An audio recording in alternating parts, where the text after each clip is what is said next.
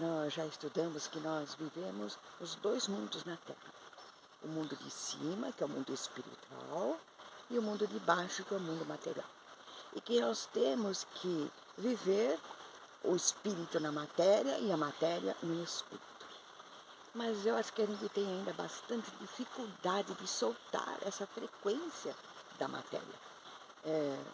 Porque essa frequência da matéria é emocional, para que a gente possa colocar a frequência espiritual sem haver campo de batalha. E como nós vamos unir esses dois mundos, o de cima com o de baixo? Então, nós queremos viver o mundo de cima, o mundo espiritual, mas sem deixar de ver o mundo de baixo, o mundo material. E sem lutas internas. E às vezes a gente pode se confundir, né? Como fala Jesus, pôr remendo de pano novo em roupa velha, ou pôr vinho novo em barris ou odres velhos, né? Fazer uma falsa adaptação do espírito na matéria. Queremos assim unir os dois mundos, mas sem deixar de viver o mundo de baixo. Por isso fala que tudo tem que estar no equilíbrio. Quando nós estamos embaixo, nas frequências mais densas e materiais, emocionais, nós somos puxados para cima. E quando nós estamos em cima, nós somos, que seria espiritual, nós somos puxados para baixo porque não estamos aterradas. Então, sempre ou embaixo ou em cima, nós sempre somos puxados para o equilíbrio. Então, sempre para o centro, né?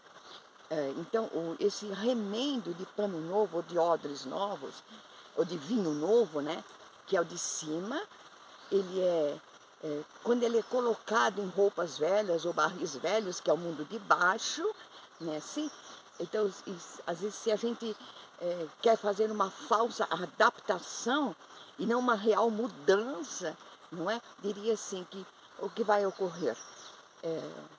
Essa falsa adaptação, ela vai fazer entornar tudo, né?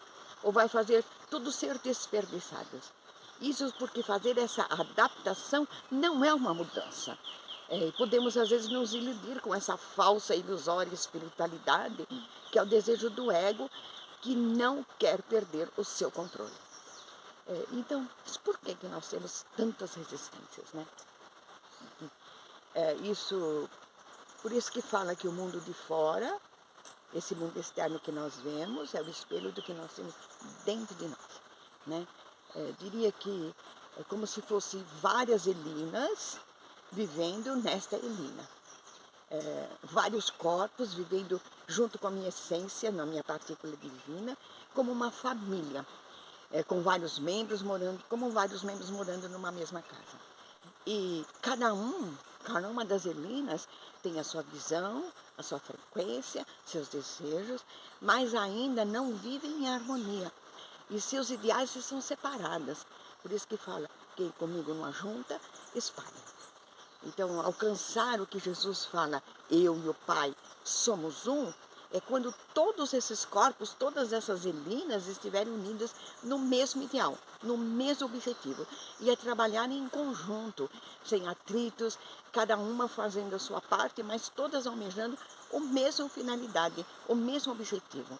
Então, a frequência de um estará contida no outro. A frequência de uma Elina, de um corpo Elina, estará contida na frequência do outro corpo Elina.